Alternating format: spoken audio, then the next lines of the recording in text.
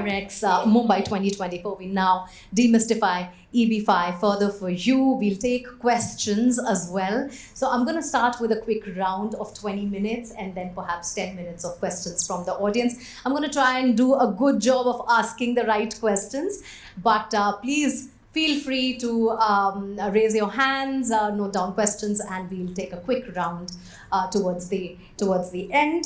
Well, I have with me gentlemen from very successful centers who have helped clients achieve their American dream, and now we're going to talk about that. But first off, sir, can we get you a coffee? Yeah? All good? All right. Okay, so let me first start with a round of introductions from everybody. If you could briefly introduce your center and also tell us a little about yourself, then we can shoot the questions. Asif, we'll start with you. Thank you. Thank you so much. Good afternoon, friends. My name is Asif Chhipa, and I'm a Senior Managing Director for India, Pakistan, and Middle East from FirstPathway Partners, one of the leading EB5 regional centers. We help like 100 of investors through multiple projects to achieve their American dream of immigration through the process of EB5. In fact, I myself was an EB5 investor from Ahmedabad, Gujarat. Originally, I belonged from India, and back in 2016, I applied my EB5 petition, got the approval, and now I'm living my dream with my family. I'm here to help you and would love to share my journey. And thank you very much once again for having us. Fantastic, Asif. This is great because we now have somebody who has made that journey and will be able to answer all the pointed questions that you may have. Girish.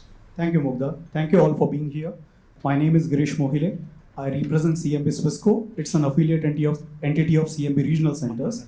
To give you a brief background about CNB Regional Centers, it has been in EB5 space since last 27 years. So CNB Regional Centers were first designated as a regional center in 1997.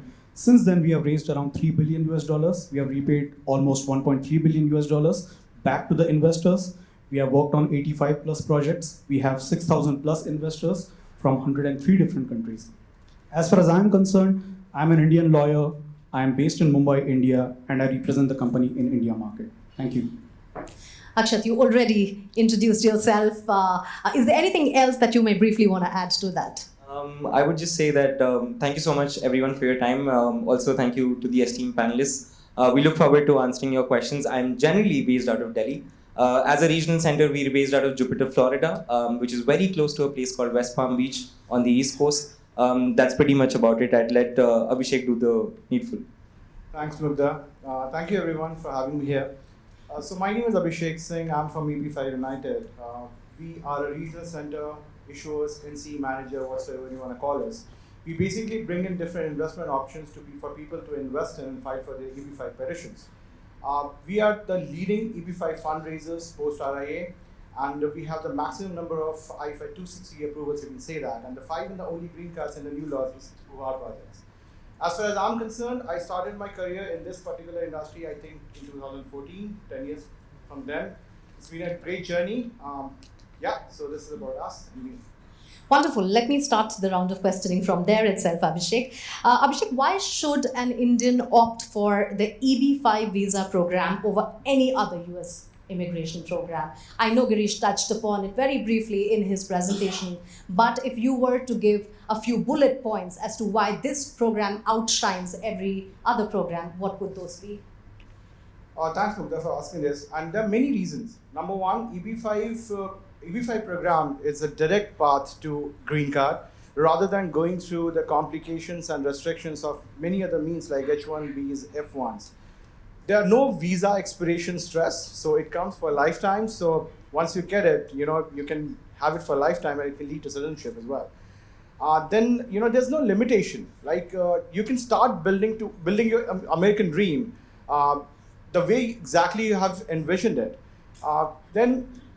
Like with post-RIA, you get EAD, like employment authorization, very quickly. So you can start working in whatever field you want to work in, even if that particular field is not related to the major that you have done the major in.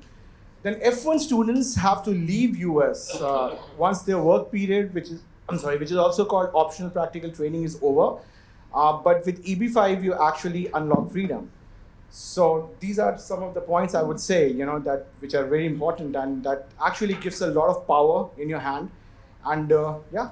Yep. I'd just like to add a point to this. So, as Abhishek rightly said, I think one of the key reasons also is, as an Indian investor, when you look at other visa programs such as the L1, intra-company transfer, all other visa programs are majorly retrogressed by at least a minimum of 4 to 5 years for Indians. So, and we're here essentially talking about the Indian audience. So, the reason why EB5 is still the most important program is because, as everyone rightly said, as of right now, there is no waiting list for Indian investors. So it gives you the right to activate your American dream as and when you want to choose to go ahead with the path. Right. Asif, you are an experienced client as well as a center head. I want this to be a little anecdotal. Why did you choose this for yourself? And when you were considering EB5, what were your main intentions? And also, why did you choose this over all the other options available? Well, thank you for this question. First of all, I'll just give you a little detailed answer because back in 2005, I did my MBA from Australia, and at that time, I could have got that PR very easily, but I decided not to choose that path and came back to India and joined my family business. Right after that, when I got married, had kids, and ultimately most of the parents, including myself, would look for the children to go out and complete their higher education as well. So that was the prime thought, like what if, let's assume my daughter, if I'm going to send her for the higher education, and once she's going to finish the education, then the kind of a struggling there is in the US job market, because the residency requirement is going to provide that cushion to those students. So I thought, like, instead of sending her all the way for the master program, why not to start the basic study in basic education right from the beginning? And for that, at the age of 36, my daughter was like almost 11 and my son was 6. So that was the best time. And I wish I could have filed a little bit more earlier, but I didn't know anything about much more before 2016 because only 245 odd files were filed back in 2016. No one knew anything about EB5, and there was no such presentation that like we are having over here right now. So my motto was individually for my children's better education, and I just want to make sure that residency or the citizenship ultimately, and we have now become the citizens now because we have already completed the 5 years of journey of residency as well. So, and you'll be very surprised, I haven't applied for the citizenship, but I just made sure that my children applied for the citizenship because I was not very keen to get that citizenship. So the basic idea was the children education and, of course, the quality of life. I'm not trying to argue that fact that India is having a bad quality of life. No, I was having the best life over here. I belong to a business community. But ultimately, एक बहुत पुरानी कहावत है where you're supposed to say that किसी एक generation को कुर्बानी देनी पड़ती है अगली जनरेशन को सुधारने के लिए. So that would all I say. Wonderful. Anecdotes always help, stories always help because a lot of times that resonate with people who are wanting to take that journey for a variety of reasons. A lot of people already have family that is staying in the US and they would want to go be with them. Education being another reason. There are a variety of reasons. But Girish, we are now talking about these centers. Why is a center selection so important? Also, as a layman, if I am now thinking about doing this, I do have a lot of centers and a lot of very impressive centers right here on this panel. How do I make my journey about which is the right fit for me? What is the due diligence that I need to follow? And also, when I am picking a center, there'll always be the other center also around, right? And everybody is in the business. But what should my main aspiration be with centers picking up? So as you rightly mentioned, there are a lot of players in the market, and there have to be. Any investor or any person should be spoiled with choices. So considering that fact, there are many regional centers who are in the business, but the due diligence point which you mentioned is really important. So firstly, it starts with doing the basic due diligence or research as to what EB5 program is all about and what is the crux of that. Because there is a lot of marketing which happens as to we are going to construct this and that. The key point there while you're looking for any EB5 investment is twofold. One is the green card, of course, and second is the return of your capital. So what is it that will make these two things work? Right. That becomes important. So when you're talking to regional centers, specific questions need to be asked. Firstly, the track record, that is just going to be very simple to ask, and any credible regional center is going to answer this particular question honestly. And Girish, are they in public domain, all the track records for people to see? So the track record can be in public domain, but you still need to look at the PPM, the private placement memorandum, where most of the things are going to be mentioned, and they have to be honest about that, because that is filed directly with the USCIS, which is the adjudicating authority.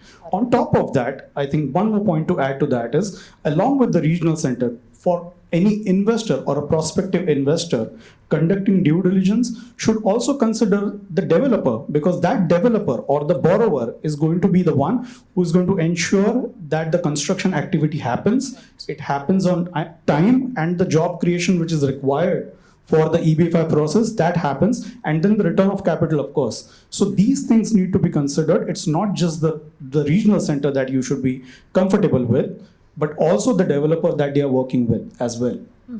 Akshat, when we talk about laws, and there are quite a few, and you also mentioned quite a few of them in your presentation, but what are the primary few laws that need to be complied with, and how do the centers then help one get their paperwork in order? So you're asking this from a perspective of regional centers? Yes. Okay. Essentially, every regional center needs to have a regional center license, which means that you need to be registered with the USCIS. All regional centers are essentially under the purview of the USCIS, the SEC, and these are big federal bodies that sort of govern how things take place in the US. Essentially, adding on to that is, as I spoke about in my presentation as well, that even before we're allowed to onboard any investor or any investor files a conditional green card application with us, we need to file an application called the I-956F, where we're essentially documenting every piece of communication that would become a part of collateral being shared with investors. Moreover, the permanent green card stage, which is the I-829 stage, the new law says that unless the government federal body personally does not visit the project and sees progress, they will not issue you the permanent green card. And one of the best things that we sort of saw very recently as in terms of an announcement was that USCIS said that now every regional center is going to be audited once in every 5 years. So we as all, I am very happy to be joined by all my esteemed panelists, and I would say that all regional centers here welcome these sort of suggestions, and we are always open to complying with them because we have the best interests of the investors in mind. Right. And if I may add, what laws does an investor need to comply with to invest in EB5? That's a very good question. So essentially, if we look at Indian investors specifically, we recommend investors to not just work with a US-based law firm, but we essentially also tell them to look at attorneys that have an Indian presence with them. And the reason why we say that is it's just not about sending your funds to the US. So there are Indian laws such as the FEMA, which are in place. There are laws such as the LRS. There are laws in terms of TCS, and all of these things need to be kept in mind. So when you are filing your EB5 application, it's essentially not just complying with what the USCIS wants, but it's also about sending funds in a manner so that tomorrow you do not have issues with the RBI or the income tax department. Abhishek, if I may come to you, since the ROI in EB5 investment is low, question arises, why should an investor consider it over other programs? Many investors say that I'm very blunt on this, and I would like to be very blunt and straightforward on this. You are not doing this particular investment for making money. If that's what your primary goal is, don't go for EB5. EB5 is not an investment which is done to make money. EB5 is done for your immigration purposes. So the primary focus for an EB5 investor is, number one, smooth processing of your green card. Number two, how safe can you keep your capital, or wherever you are investing, let it be the regional center and the developer, it's a partnership. Mostly we deal with real estate projects. That's the reason I use the word developer. How safe can you keep that capital? Safe. That's what should be the emphasis on. Making money is the last thing that you can expect in EB5 setup. No, it's for immigration, not for making money. All right. The actual return of investment and the main return of investment is a green card, and which is difficult to get. Trust me, guys. All right, Asif, what parameters should the investor keep in mind when thinking about projects that the centers are doing? And also, when we talk about the concurrent adjustment of status, does that benefit EB5 investors? So there are two set of questions. We'll go with the first one, which is what project, apart from the center, what project sort of should be kept in mind? Wonderful. So I will not go in a technical details. I'll just try to explain you the way I try to rectify and identify the right project. So the most important thing that you are supposed to look at the track record of the regional center, that how many projects they have completed successfully. That also doesn't mean that the next project is not going to be successful or successful or not successful. But again, yes, the good regional center always having a good track record will make sure that, and they vet the project in the appropriate way, and they have got the appropriate team to make that decision. Second most important thing on the individual project wise, that what you are supposed to look into the cost structure of the project.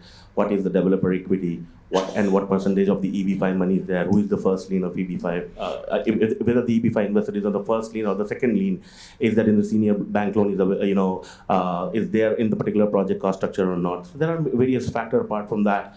The most important thing, the project time period. That means that if the project is a debt funded project, that means you're supposed to look into what would be the loan period of that particular project. And apart from that, the most important thing, because while choosing the right project, I always try to explain based on my experience to my investor that there are three factors that you should look into the project. While number one is the safety of your capital, number two, safety of your green card, and number three, the conversion of your conditional green card into the permanent green card, that is the job creation. So you definitely have to look into the project, that the cost structure of the project at on the basis of the deployment of the funds, simultaneously job will be created, and that would ultimately convert your conditional green card into the permanent green card. And majority of the investors are aware of that fact, but back in 16, 17, and 18, when the EB5 project concept was absolutely new, so most of the project, investor, they couldn't recognize the importance of the job creation. So these are the factors that on a simpler way I would ask, or I would explain investors to choose from. Right, Girish wanted to add a point to that. In addition to that, 100% agree with what Asif said. In addition to that, the asset class is important, because every regional center has some preferences when it comes to what asset class the project is going to be all about. And of course, COVID is one of the examples, right? Prior to COVID, there were certain asset classes like five-star hotels, etc., etc. And each of the regional center, most of them have done that successfully. But having considered that, you will see the shift as to which asset classes the regional centers have pivoted towards post-RIA. Or post-COVID scenario. That becomes important, because it's not just about how big the project is, it's also about, does it make sense when it comes to your EB5 application. So we need to go back to the basics and check the asset class of the project as well. Mugdha, if I could add, I completely agree with my fellow panelists, and to just sort of make it more simpler for you guys. From a security of capital, ask a few questions to the RC, right? So ask them, does this project have a senior lender? Has this project begun construction, or is it still sort of a concept? Has the developer in the past done EB5 or not? Because I'm sure my panelists would agree that for an investor to get their permanent green card, it requires a lot of support from the developer to be able to share such information about spendings, which at the end of the day are attributed towards job allocation. And lastly, from a security of job perspective, ask three questions. Ask the regional center, how many investors do you have in a project? Ask them, what are the total number of jobs that your project is going to be making? And then finally ask them, as of today, when you're meeting us, what are the total number of jobs that your project has already created?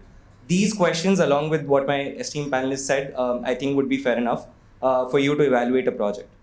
Sorry, I want to add. Yeah, Abhishek. Yeah, completely agreeing with everyone. Yeah, just one more point. As we are talking about projects over here, and developers, the most important thing, as everyone pointed out, is the capital stack.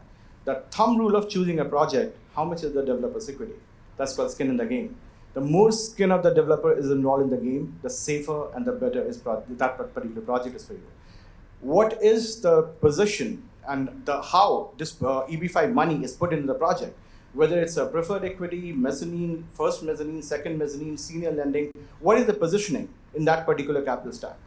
These are the things that one should look into and understand how safe, these points, these things makes your investment either safe or risky. As per the law, your investment has to be at risk, but it is the job of a regional center or an issuer or an NCE manager to mitigate that risk to as much as possible. And these are some of the points which does that. So we have an FAQ already prepared for you, and I guess that would at least sort the main selection process. We were talking about the concurrent adjustment of status. What is that? And does that benefit EB5 investor? Asif? Wonderful. So yeah, that definitely benefits, because earlier, when the concurrent filing was not there. So let me give an example. If an investor is in India and filing the petition right from there, so technically he's supposed to wait for the petition approval and then followed by the NVC process and then the consular process. And right after that, he would get the visa and enter in the United States and get the conditional green card.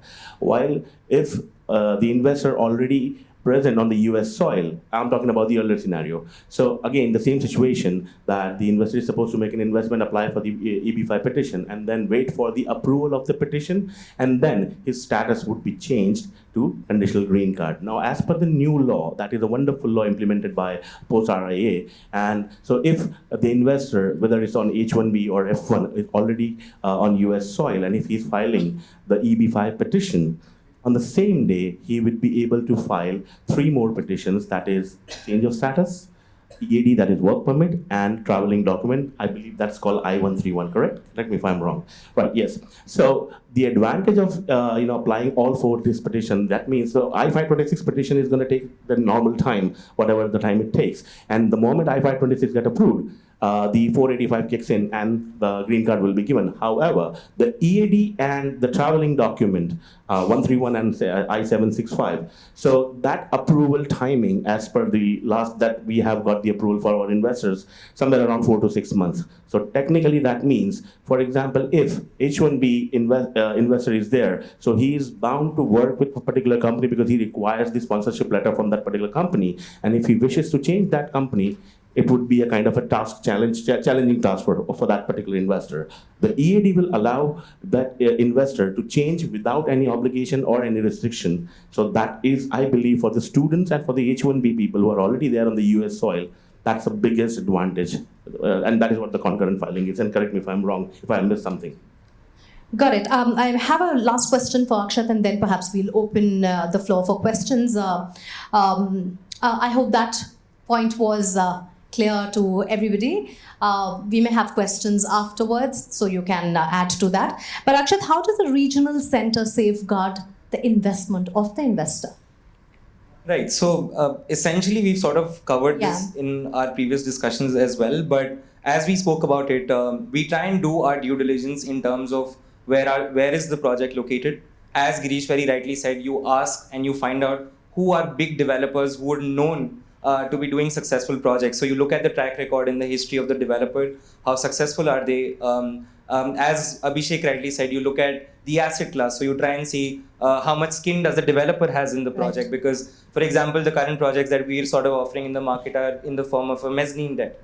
Now, these are obviously forms of instrument or forms of financing which puts you ahead of the developer in the capital stack. So continuing from, what's the developer skin in the game? Essentially, anything close to a 25 to 40% is a good skin in the game. So different aspects like these would sort of help you evaluate a project. And when we as a regional center do that, these are the factors that we keep in mind. Noted. Mugdha would like to add a philosophical note to it. So basically, it's a partnership that you're going to get into. So choose an issuer, that aligns with your goals and values. That's what's going to take you. Be successful, EB5 dreams. Well, that sort of stands for everything you do in life, right? All right. Can we have a few questions? We can have the microphones out there. Yes, sir. Is there a microphone? This program has been on since last couple of decades, if I am not mistaken. So, is the failure rate of regional centers, is it documented? Is it available somewhere?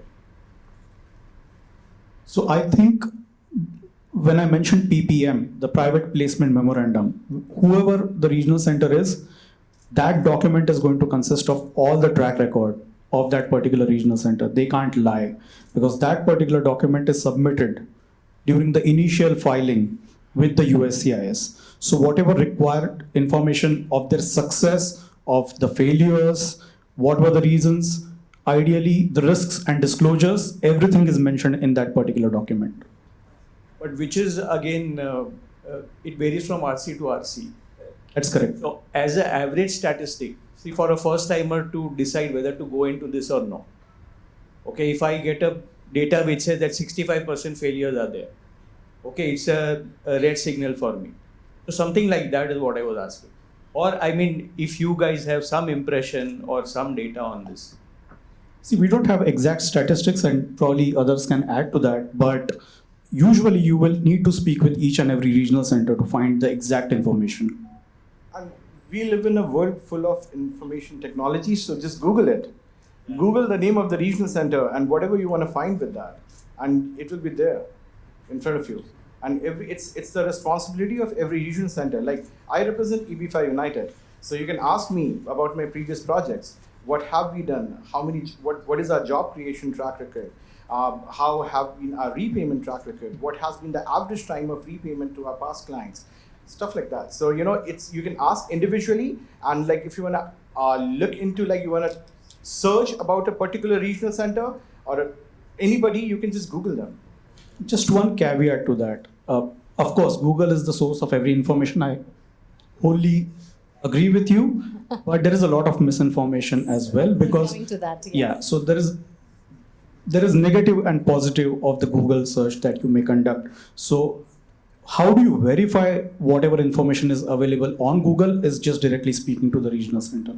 Yeah, and I would just like to add that when you are an experienced regional center, when you are an organization that's worked in this industry for over 12 years, there is bound in the field of real estate that you would once or twice face a challenge.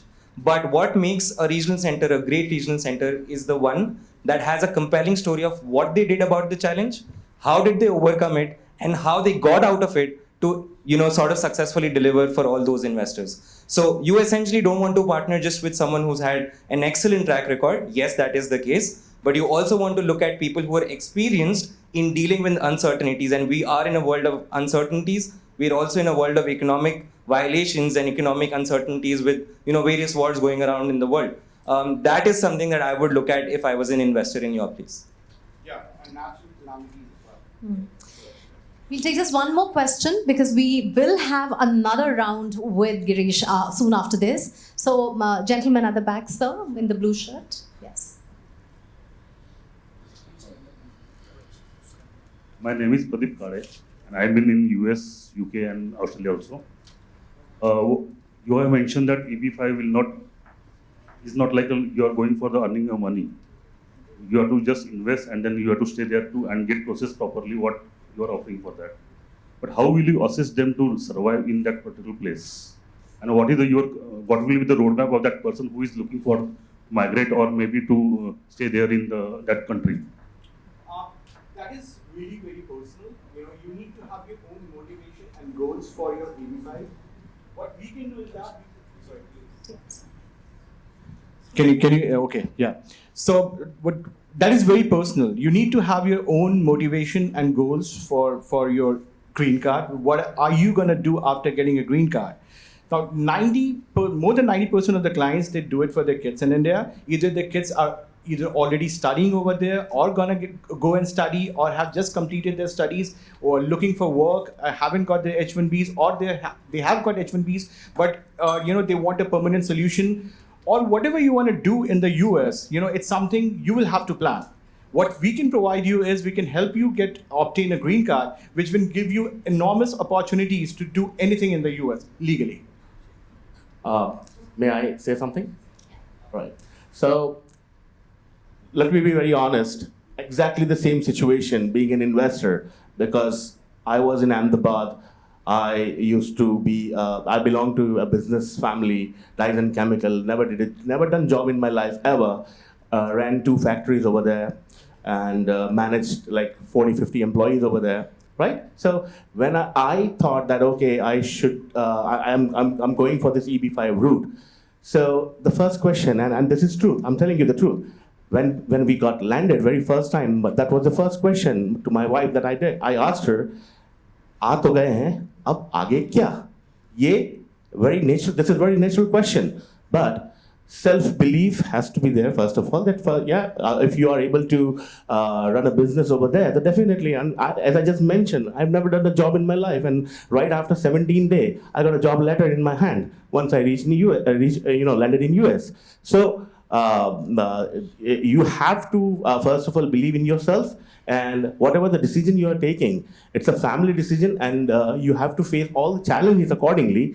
And as far as I was concerned, mentally I was prepared. Now, believe me or not, but mentally I was prepared. If I'm gonna start from any grocery store or McDonald's or any job, mentally I was prepared for that. But that didn't happen. That's a different story.